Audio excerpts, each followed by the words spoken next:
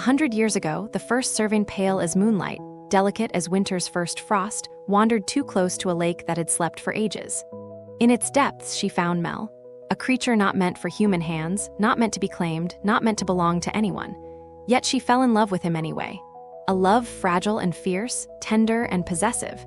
She held him close in the ways she could, and locked him away in the ways she shouldn't have. She whispered confessions he could not answer, promises he could not keep, desires he could not understand. But she loved him, and perhaps she loved the idea of him even more, the mystery of the lake, the rare beauty hidden beneath the surface, the boy who could not run from her. And when she died, far too young, far too soon, 𝐬 remained. Alone, confined by memory, by longing, by wounds no one could see. He stayed for her shadow, her echo, the ghost of a girl carved into his memory like grooves in stone. Years passed, decades folded into each other. The world above changed, but the lake did not. 𝐬 waited beneath moonlit waves, whispering a single name into the night. His voice carried over the water like a forgotten lullaby, a prayer with no god to hear it. Now, after a full century, a new Servaine walks along the water's edge. A descendant, a girl who bears the same name, the same face, the same blood that once bound her 𝓤𝓐𝓐 to the lake. She comes unaware of the curse that sleeps beneath the fog, of the story written in whispers and regrets. And when 𝐬 first sees her, the stillness of 100 years cracks. The lake is quiet that morning, too quiet. Fog drifts across the surface like lingering breath. The trees lean as if listening. Servaine feels the air change, heavy with a presence she cannot name. She doesn't yet know the stories. She doesn't yet know the truth. She only feels the weight of something ancient watching her. 𝐬 rises from the water, a pale, beautiful figure carved from the mist itself. His hair moves with the tide. His eyes hold storms that never reach the sky. He looks at her as if the century dissolves, as if time rewinds, as if the girl he once loved has stepped back into the world. He speaks her name. Servaine. She freezes, her heart stumbles. The sound is hypnotic, soft, but sharp, as if carrying a question and an accusation at once. She is not her ancestor, yet he speaks as though she is. The tension coils between them, fragile as frost on glass. The first Servaine had obsessed over him. Her family noticed it even then. Servants avoided the water, dogs howled at night, and the air around the lake always felt unnaturally heavy. The estate itself grew quiet under the weight of that long-ago love.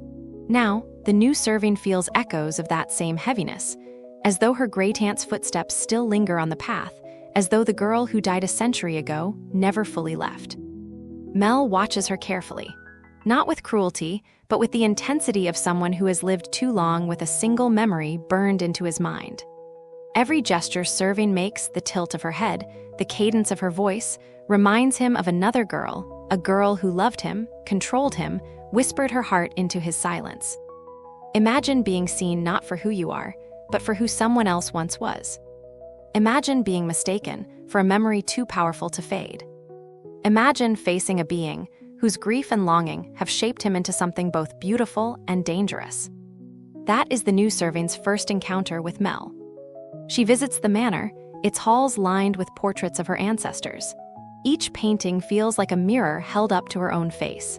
The first Servaine's eyes follow her from gilded frames. Her painted smile seems too knowing, too haunting.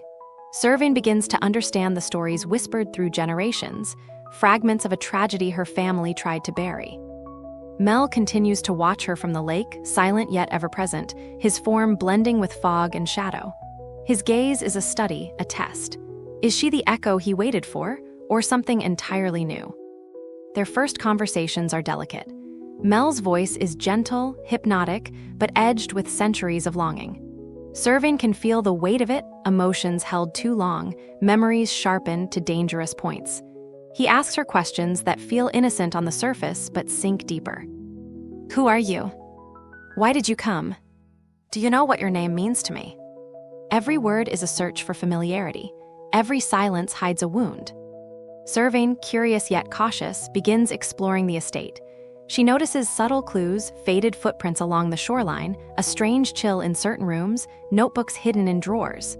She reads fragments of her ancestors' journals, longing, jealousy, devotion, love that blurred into obsession, desire that turned into control, fear that twisted into possession. Now the lake makes sense. The silence, the heaviness, the whispers carried on fog. Servaine realizes Mel is not simply a creature of myth, but a being shaped by a century of emotional burdens, love unfulfilled, regret unresolved, isolation unbroken. He is no longer just a boy of the lake. He is a memory made flesh, a shadow given voice, a curse forged by time itself. As days pass, the tension between them deepens.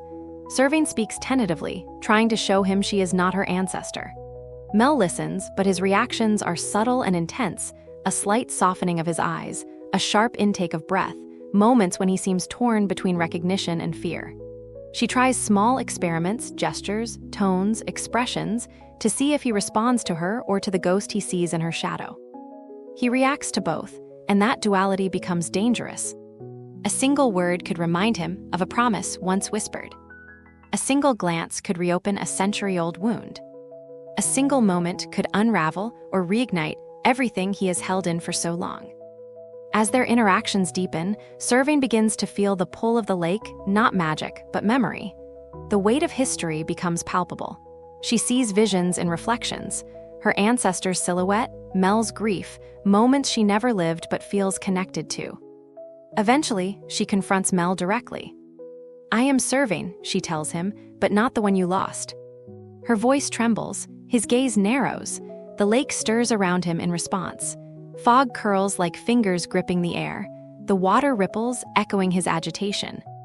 Mel speaks slowly, as if choosing each word carefully enough not to break the fragile peace forming between them. He admits he sees differences, in her voice, her posture, her kindness, her restraint, but the resemblance to his lost love wounds him. Her face reopens scars time never healed. Their confrontation is not violent, but heavy, a collision between past and present. A moment where the centuries between them squeeze into a single breath. And yet, something changes. Mel softens, if only slightly. His voice loses its sharpness. For the first time, he looks at Servaine not as a reflection, but as a person. Servaine, in turn, finds courage.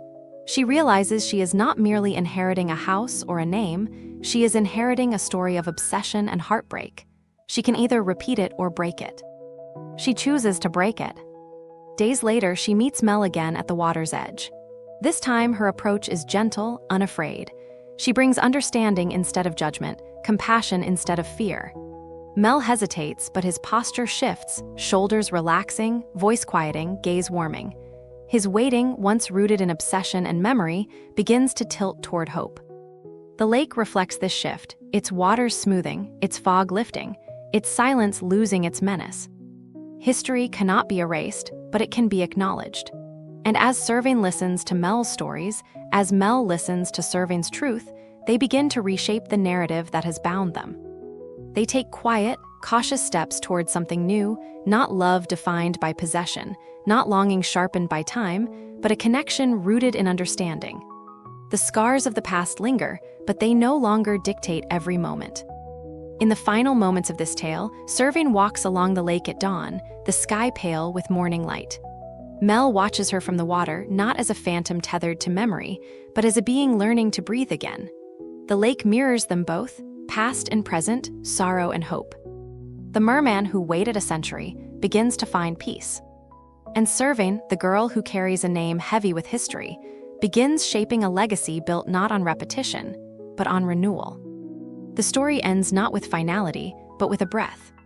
With fog rising and sunlight touching the water. With two figures, one of land, one of lake, beginning to understand what it means to exist not in the shadow of time, but in its fragile, precious present.